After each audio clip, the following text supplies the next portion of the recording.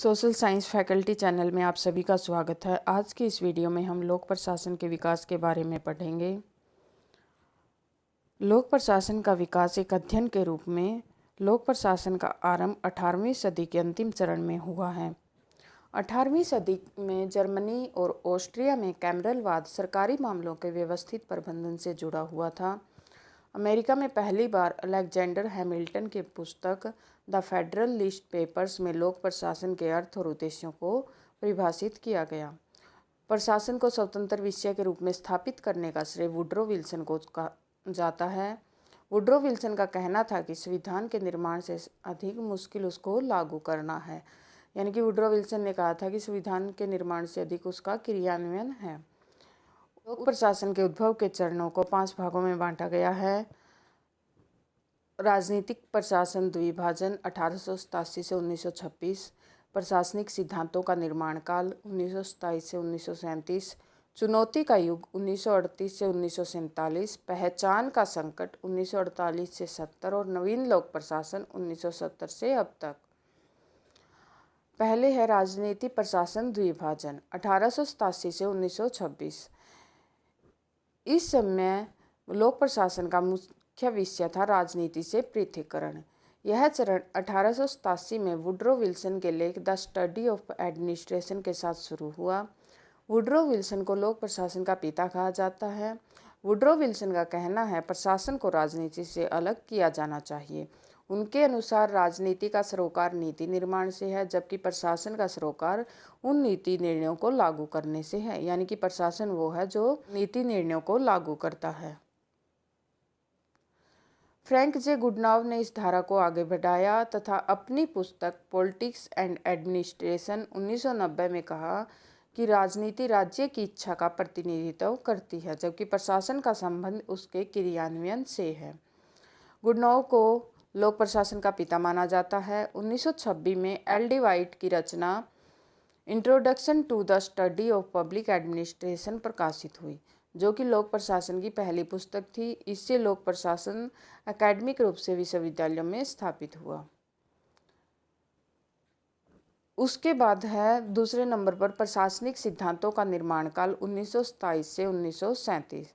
इस चरण के दौरान विद्वान मानते थे कि प्रशासन में के कुछ निश्चित सिद्धांतों को खोजा जा सकता है तथा लोक प्रशासन को विज्ञान माना गया। यह चरण 1927 में W.F. विलोभी की पुस्तक प्रिंसिपल्स ऑफ पब्लिक एडमिनिस्ट्रेशन के प्रकाशन के साथ शुरू हुआ। Henri Fayol, Willoughby, Mary Parker, Follett, मुनेवेरेले, लूथर गुलिक, उर्विक आदि विद्वानों ने प्रशासनिक सिद्धांतों का निर्माण किया। विलोभी के अनुसार प्रशासन में अनेक सिद्धांत हैं जिनको कार्यान्वित करने से लोक प्रशासन में सुधार हो सकता है, जिस प्रकार किसी भी विज्ञान में होता है। प्रशासन के सिद्धांत सार्वभौमिक वैधता और प्रासंगिकता वाले होते हैं। हेनरी फियोल की रचना जनरल एंड इंडस्ट्रियल मैनेजमेंट 1949 है। लूथर गुलिक और उर्विक के papers on the science of administration के साथ यह चरण अपनी प्रकाष्ठा पर पहुंचा और उन्होंने कहा इस शोध पत्र की सामान्य थीसिस है कि मानव संगठन के अध्ययन द्वारा ऐसे सिद्धांतों पर आगमनात्मक तरीके से पहुंचा जा सकता है जो किसी भी प्रकार के संबंधों की व्यवस्थाओं को नियमित करते हैं। यानी कि इस काल का मुख्य विषय यही था कि हम विज्ञान की तरह लोक प्रशासन में भी सिद्धांतों का निर्माण कर सकते हैं और ऐसी स्थिति में उन्हें लागू कर सकते हैं। मैरी पार्कर फोलेट की रचना है क्रिएटिव एक्सपीरियंस 1930। मुनेवेरेले की रचना है प्रिंसिपल ऑफ ऑर्गेनाइजेशन 1931। आगे है चुनौती का युग 1938 से 1947। इस चरण का मुख्य विषय था लोक प्रशासन के अध्ययन में मानव संबंध व व्यवहार उपागम की वकालत करना। राजनीतिक प्रशासन द्विभाजन के विचार को खारिज कर दिया गया। इस चरण की शुरुआत चेस्टर ई बर्नार्ड की पुस्तक द फंक्शन ऑफ एग्जीक्यूटिव 1938 से मानी जाती है। रॉबर्ट ए डोल ने अपने लेख the science of Public administration 3 problems में इस बात का खंडन किया कि लोक प्रशासन एक विज्ञान है।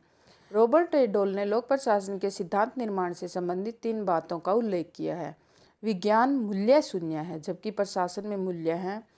मनुष्य के व्यक्तित्व अलग अलग होते हैं, जिससे उसके कार्यों में भिन्नता आती है। प्रशासन सामाजिक ढांचे में कार्य करता है जो सभी जगह समान नहीं होते। रॉबर्ट डोल के अनुसार जब तक लोक प्रशासन का अध्ययन तुलनात्मक नहीं है तब तक लोक प्रशासन के विज्ञान के दावे खोखले हैं। इसी चरण में एल्टन मेयो ने अनौपचारिक संगठनों पर बल दिया। उनके हार्थन अध्ययनों ने 1924 से 1932 में संगठनात्मक प्रभावित का निर्धारण करने में अनौपचारिक संगठनों का क्या महत्व है दिखाया गया। मेयो के जो हार्थन अध्ययन थे उनमें मानव के व्यवहार का विश्लेषण किया गया और यह जाना गया कि संगठन के ऊपर मानव के व्यवहार का या अनौपचारिक संबंधों का क्या प्रभाव पड़ता है।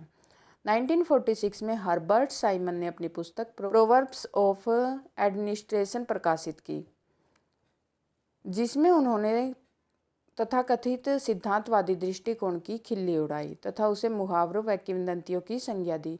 यानी कि हर्बर्ट साइमन ने सिद्धांतवादी दृष्टिकोण को मुहावरों व किंवदंतियों की संज्ञा दी। वर्ष 1947 में हर्बर्ट ए साइमन ने अपनी पुस्तक administrative behaviour a study of decision making process in administrative organisation प्रकाशित की।